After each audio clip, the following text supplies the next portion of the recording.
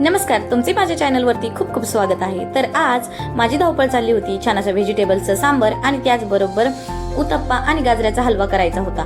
आणि एका गृहिणीची नेहमी धडपड चाललेली असते की मुलांना आणि घरातल्या सर्व सदस्यांना एक हेल्दी आणि छान असे सर्व प्रोटीन भेटले पाहिजे असं जेवण बनवणं। तर माझंही काहीसं असं चाललं होतं आणि मस्त असं व्हेजिटेबल्स टाकून सांबर तर बनवायला ठेवलं।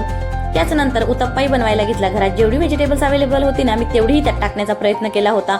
आणि धावपळ चालली होती ना ती गाजराच्या हलव्याकडेही लक्ष देणं, त्याचबरोबर उत्तप्पा करणं, हे सगळं मॅनेज करणं ना ते एका फक्त गृहिणीला जमतं बरं का।